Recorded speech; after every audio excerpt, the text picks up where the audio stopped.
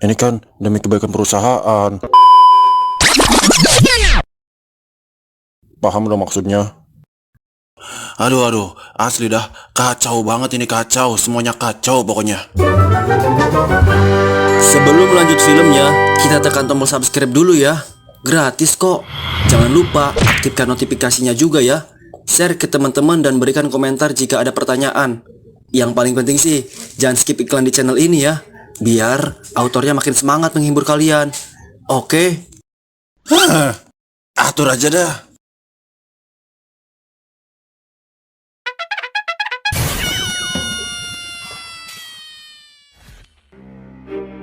Dulu, Joko pemulung kardus.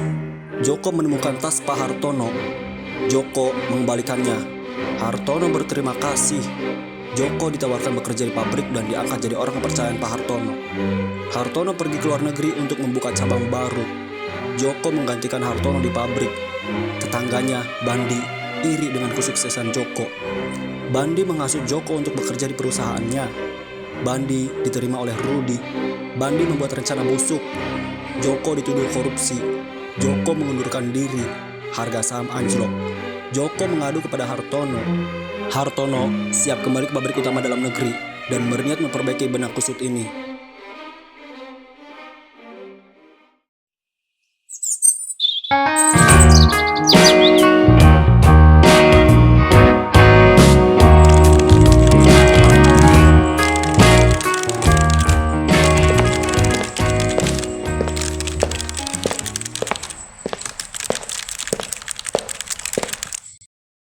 Halo Pak Bandi, bagaimana untuk rencana kegiatan besok?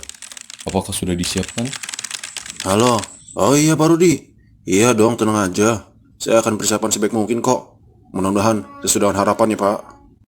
Besok, Pak Hartono juga ingin mendengarkan rencana Bapak perihal laporan yang sudah disiapkan. Hah? Apa katamu? Pak Hartono, bos besar, pemilik utama perusahaan PT Kopi Kakek, mau kembali ke negara ini. Sejak kapan? Dan kenapa? Kenapa informasinya dadakan kayak gini sih? Saya juga belum bisa memastikan apa yang membuat beliau kembali. Sebaiknya kita perlu waspada dengan apa yang ada di sekitar kita.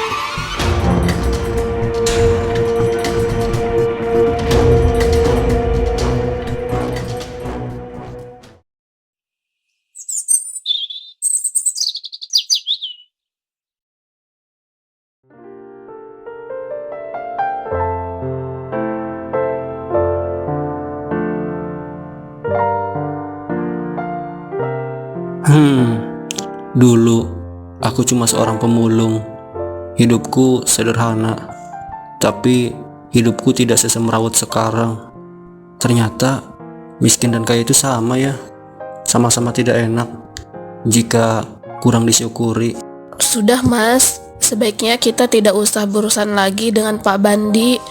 Kita sudah punya cukup modal untuk membuka usaha baru.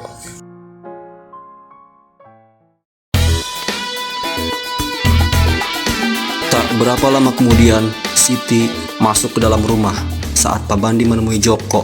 Seolah ini adalah obrolan para lelaki dewasa. Pak Joko, sedang santai nih rupanya. Lagi nyiram tanaman apaan tuh?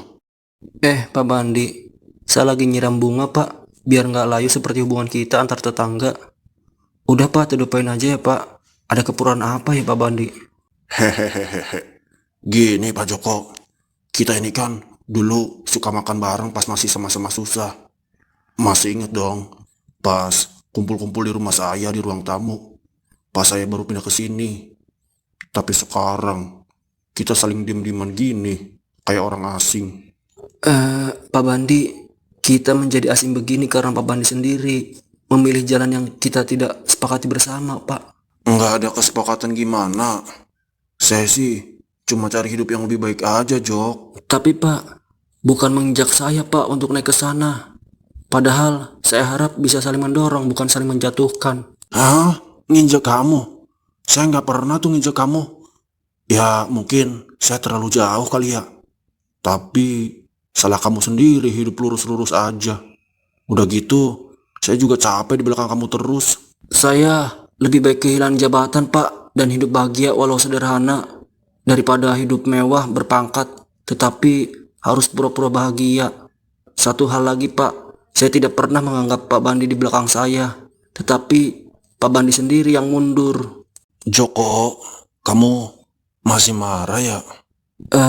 Enggak Pak Bandi, orang kecewa itu bukan marah, tapi lelah. Saya enggak niat nyakitin kamu kok. Bener dah. Sudahlah Pak Bandi, saya tidak ingin mengenang hal itu. Saya ingin kembali ke kesederhanaan. Aku pikir kamu ngerti, Jok. Dunia ini keras, Jok. Saya ngerti Pak Bandi, tapi saya nggak pernah tuh menyangka Pak Bandi yang akan menjadi bagian kerasnya itu. Kita ini kan cuma beda caranya doang, Jok. Beda cara itu wajar Pak, tapi beda hati. Itu yang menyakitkan Pak. Joko, kamu itu terlalu idealis, Jok. Dunia nyata enggak jalan kalau pakai hati doang, Jok. Iya sih Pak Bandi. Mungkin apa yang dikatakan Pak Bandi ada benarnya juga. Tapi setidaknya saya masih bisa tidur tenang Pak tiap malam. Joko, saya ini datang bukan untuk bertengkar loh, Jok. Saya juga dari tadi lagi nyiram tanaman Pak, bukan untuk dengar alasan Bapak. Mau diajak damai malah ngajak memperpanjang masalah. Awas aja, gua abrak-abrik hidup lo. Jok, gua bikin seru nih permainan gua. Tunggu, Jok, tunggu. Iya udah kalau gitu, saya minta maaf ya, udah ganggu aktivitas kamu, Jok. Saya izin pamit.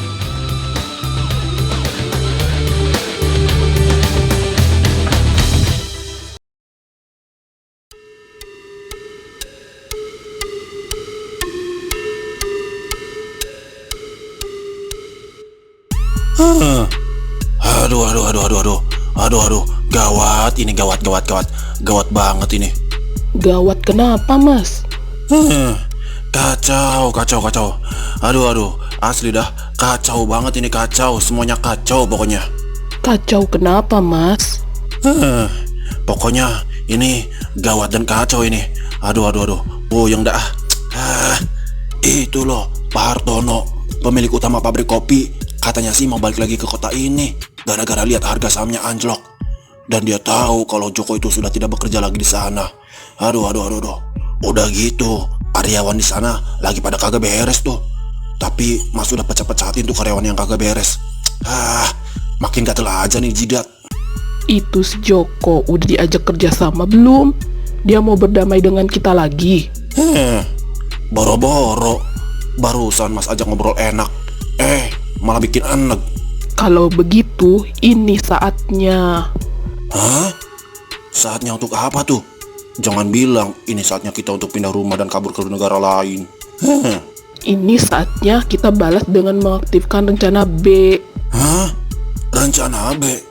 Yang mana tuh? Kita fitnah Joko. Dia adalah dalang di balik semua ini.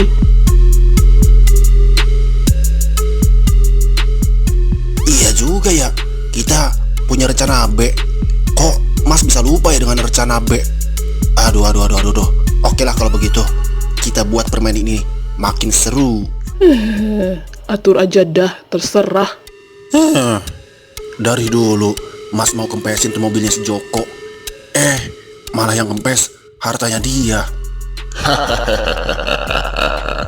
Joko, B for Bandi.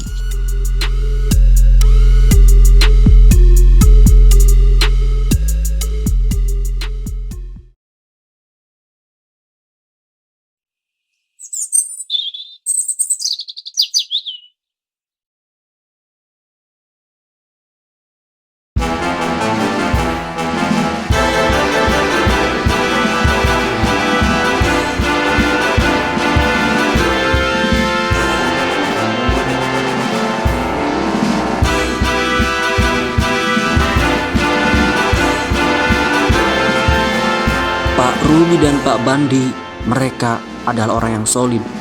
Mereka sering berdiskusi tentang bagaimana caranya meningkatkan kualitas produk. Namun, kali ini Pak Rudi menemukan kejanggalan dalam laporan keuangan yang dibuat oleh Pak Bandi.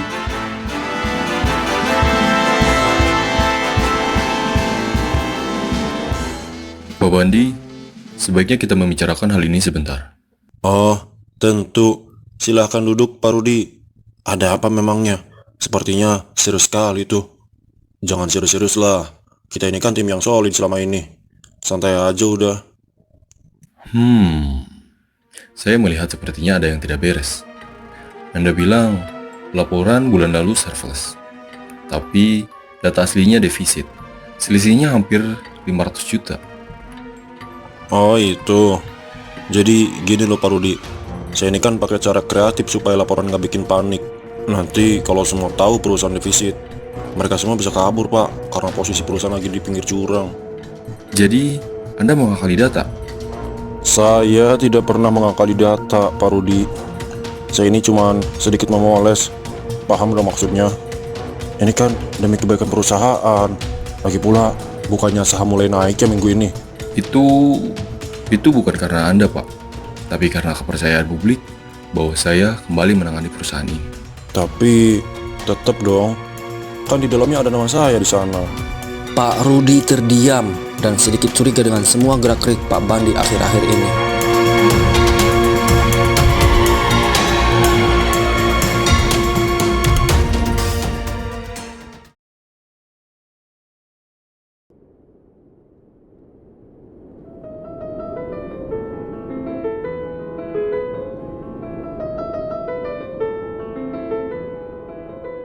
Pak Joko? Wah, bener Bapak ya? Iya. Maaf, kamu siapa ya? Saya Reja, Pak. Dulu pernah kerja di bagian gudang di PT Kopi Kakek. Saya dulu sering bantuin Pak Joko loh, mindahin karung. Oh iya Reza ya. Kamu sekarang kerja di mana Reza? Sekarang saya kerja serabutan, Pak. Sejak banyak yang dipecat waktu Bapak nggak ada, banyak yang nyebar kemana-mana. Ah, dipecat. Kenapa memangnya? Ya katanya sih buat efisiensi, tapi anehnya sejak Bapak keluar banyak banget yang berubah. Orang-orang pada ngomong katanya Pak Joko yang bikin perusahaan hampir bangkrut. Joko kaget. Meskipun dia sudah keluar dari pabrik, namanya masih sering disebut di sana.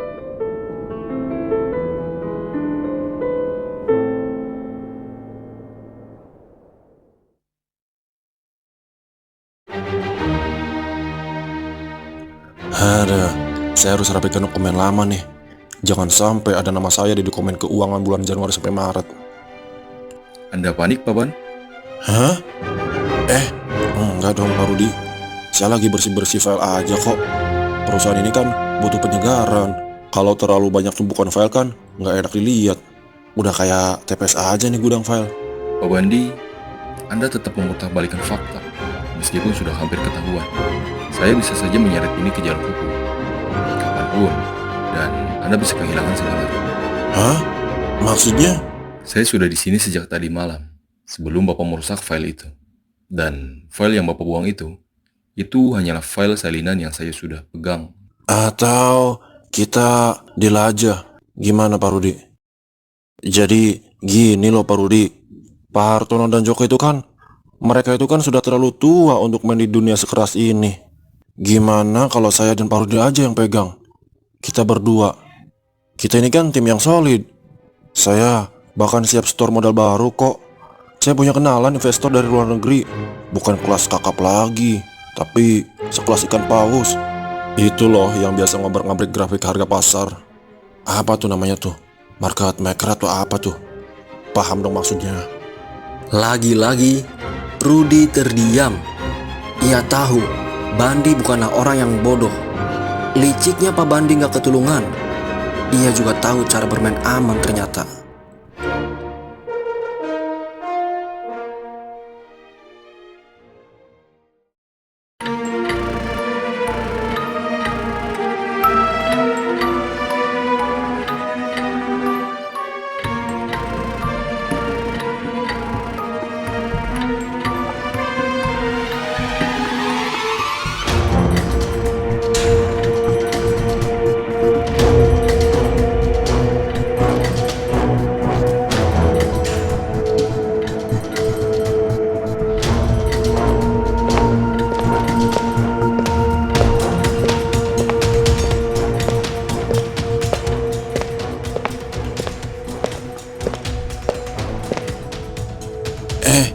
Hartono.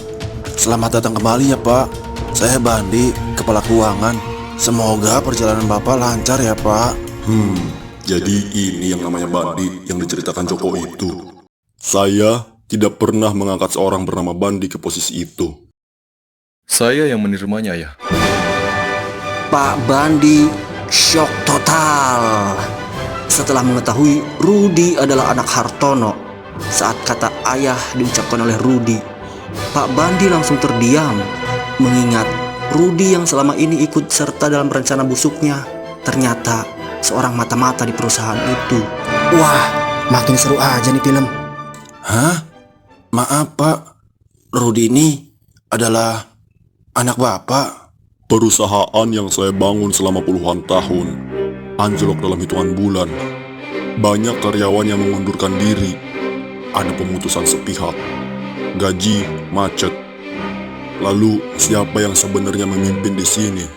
Jadi begini Pak, saya hanya menjalankan yang terbaik Pak. Saya dan Pak Rudi ini bekerja siang malam memperbaiki laporan, menjaga ritme perusahaan agar... Lalu kenapa saya dengar Joko mengundurkan diri dalam kondisi tidak wajar? Nah itu dia alasannya Pak. Ada transaksi mencurigakan atas nama Joko.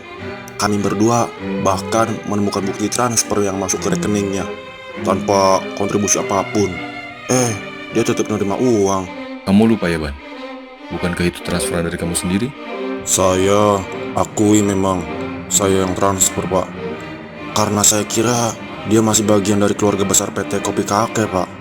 Tapi saya juga mulai curiga. Jangan-jangan selama ini Joko justru malah memanfaatkan kerja keras kita semua lagi. Saat dia mengundurkan diri dari perusahaan, dia selalu memerah saya Pak. Lalu agar nama dia bersih dari segala macam kesemrawutan ini, dia malah mengundurkan diri Pak. Apakah Pak Rudi masih belum ingat juga saat Joko mengundurkan diri? Apakah itu karena keterpaksaan atau keinginan dia sendiri coba? Pak Hartono menatap Bandi dengan tajam, lalu menatap Rudi yang terdiam. Ia tahu ada sesuatu yang tidak beres, tapi belum punya bukti konkret untuk membuktikan Bandi adalah orang yang berbahaya bagi perusahaan. Pak Bandi, Anda ini bukan siapa-siapa di perusahaan ini. Tapi sepertinya semua telah kamu kendalikan, termasuk Rudi anak saya. Begini Pak Hartono, sebelumnya saya mohon maaf ya. Saya bukan bermaksud untuk lancang Pak. Tapi dunia ini keras Pak. Kita harus belajar menyesuaikan. Kalau Bapak mengizinkan, saya siap. Saya benar-benar siap. Sangat siap malah untuk memperbaiki semua ini. Tanpa Joko, tanpa kekacauan ini semua. Karena saya tahu jalan keluarnya. Saya sudah berpengalaman Pak menghadapi masalah ini di perusahaan lain Pak. Dan memang ini sangat rumit untuk dibicarakan secara singkat.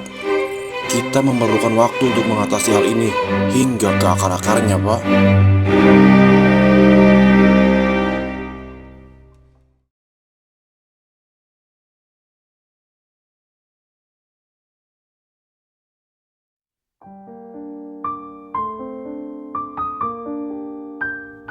Ayah, percayakan perusahaan ini padamu, Rud. Tapi ternyata, sepertinya kopi yang kita jual belum siap untuk dipanen. Belum matang seperti sikapmu saat ini, Rud.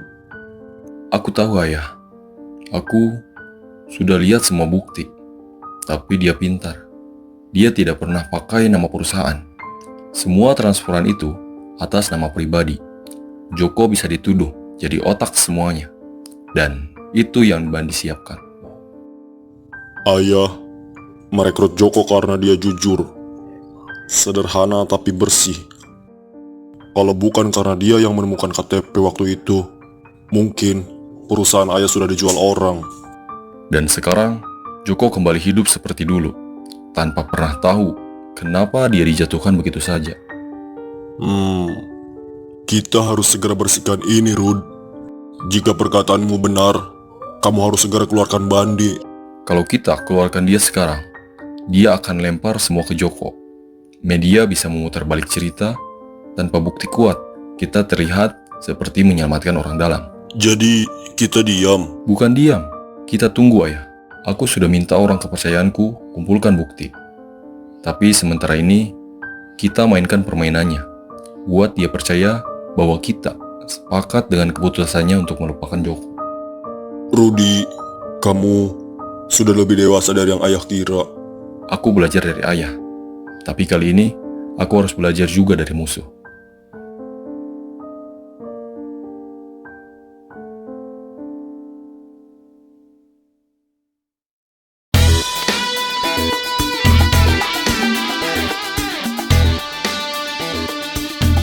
Pak Rudi, jadi Anda ini anaknya Pak Hartono ya? Kok nggak pernah bilang sih dari dulu? Karena aku kesini bukan untuk dihormati sebagai anak bos. Aku kesini untuk bekerja dan untuk memastikan perusahaan ini tidak tenggelam. Ya makanya itu, kita selamatin bareng-bareng. Kita lupain tuh si Joko. Dia tuh udah hidup enak di rumah. Nih buktinya nih, saya udah sering transfer buat dia. Kamu memang rajin ya bantuin orang. Ya namanya juga solidaritas tetangga ya kan. Tapi sayangnya dia manfaatin kita. Sekarang dia tinggal ongkang-ongkang kaki aja di rumah, enak-enakan. Lah kita kerja keras keringat bercucuran. Padahal perusahaan kita ini kan nyaris bangkrut. Baiklah kalau begitu. Kita lupakan Joko. Kita fokus memperbaiki kekacauan ini. Tapi aku minta satu hal. Hah? Apa itu? Pak Bandi, karena Anda sudah terlanjur tahu bahwa saya anaknya Pak Hartono, maka Anda serahkan sistem keuangan ke saya. Mulai hari ini, saya akan kelola semuanya. Anda fokus operasional saja. Bagaimana? Boleh deh, kita kerjasama demi PT Kopi Kakek ini. Licik juga nih Rudi nih. Mentang-mentang anaknya bos, awas aja. Lu bikin seru juga lu.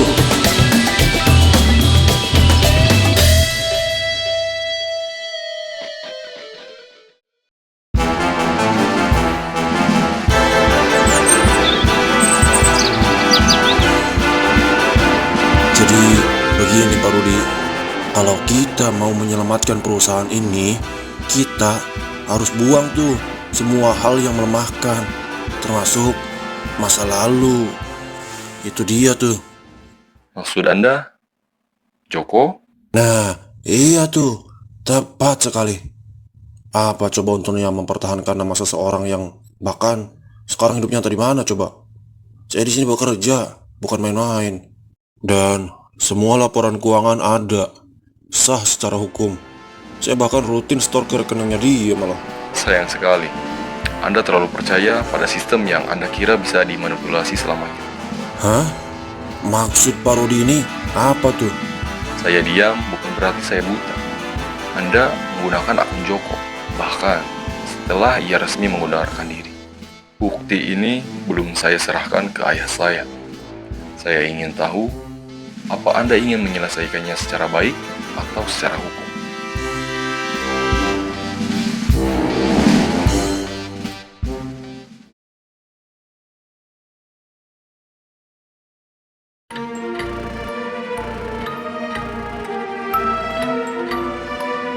Ayah, semua bukti sudah jelas. Aku yakin Bandi menyusun semuanya dari awal. Joko hanya korban. Rudy, kamu tahu sendiri, zaman sekarang ini bukti digital itu bukan segalanya. Video bisa direkayasa dan data bisa dirubah. Ayah, tapi itu bukan sekedar video. Kami lacak dari IP address, log access. Dan kamu pikir itu cukup untuk menghancurkan orang seperti Bandi? Pak Bandi itu lulusan ekonomi luar negeri. Bukankah kamu tahu sendiri saat dia interview denganmu? Dia tahu seluk-beluk pasar, bursa saham, dan punya inisiatif tinggi. Dan itu cukup untuk menyingkirkan orang jujur seperti Joko hanya karena Joko mantan pemulung. Ternyata benar apa yang dikatakan Pak Bandi. Kamu ini masih terlalu idealis, Rud. Dunia ini bukan soal siapa yang paling baik hati, tapi siapa yang paling bisa menyelamatkan bisnis. Maaf Pak Hartono, begini loh, saya tidak ingin membela diri. Saya hanya ingin perusahaan ini tetap berdiri kok. Bila saya salah, silahkan hukum saya seberat-beratnya Pak. Tapi kalau saya benar, izinkan saya membuktikan lewat tindakan.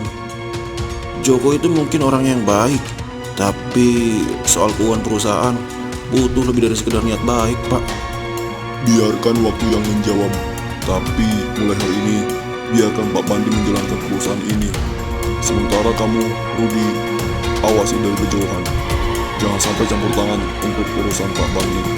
Baik, Ayah.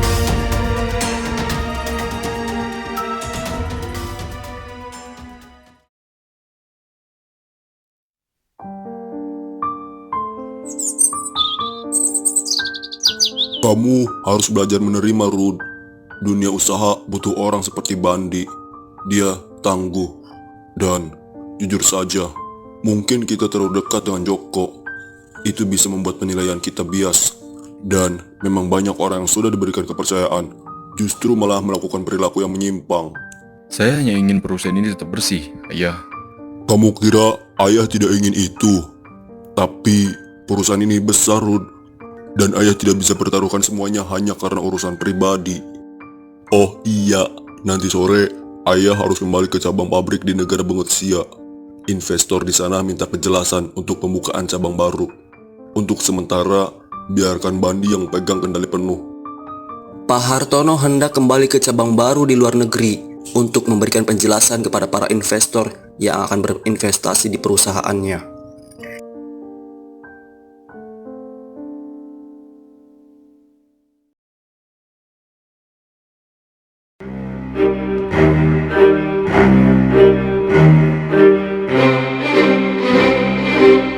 Liciknya Pak Bandi ada-ada aja. Kali ini dia makin ngawur. Benang kusut dibuatnya makin kusut. Ia malah menuduh Rudi anak Hartono sebagai dalang di balik semua ini. Pak Hartono, saya sebenarnya mohon maaf nih sebelumnya. Saya merasa sangat bersalah. Saya tidak mau memperpanjang masalah ini. Tapi semua ini bermula dari tekanan Rudi itu sendiri, Pak. Saya hanya ingin membantu, Pak. Saya diam karena saya menghormati beliau sebagai anak bapak. Hah? Maksud kamu, Rudi tahu semua ini? Iya, Pak. Bahkan dia tahu tentang laporan keuangan itu. Dia sebenarnya tahu semuanya, Pak. Tapi saya yakin dia hanya bingung, Pak. Ya, namanya juga anak muda ya kan. Kadang kurang pengalaman. Saya ini hanya ingin menyelamatkan perusahaan ini, Pak. Demi nama baik keluarga Bapak.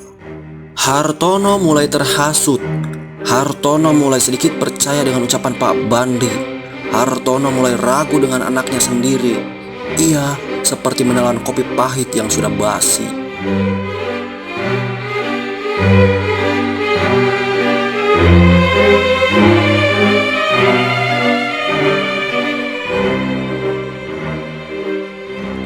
Ayah sudah sampai dengan selamat? Investornya cocok? Aku tidak mau bicara soal itu sekarang, Rud.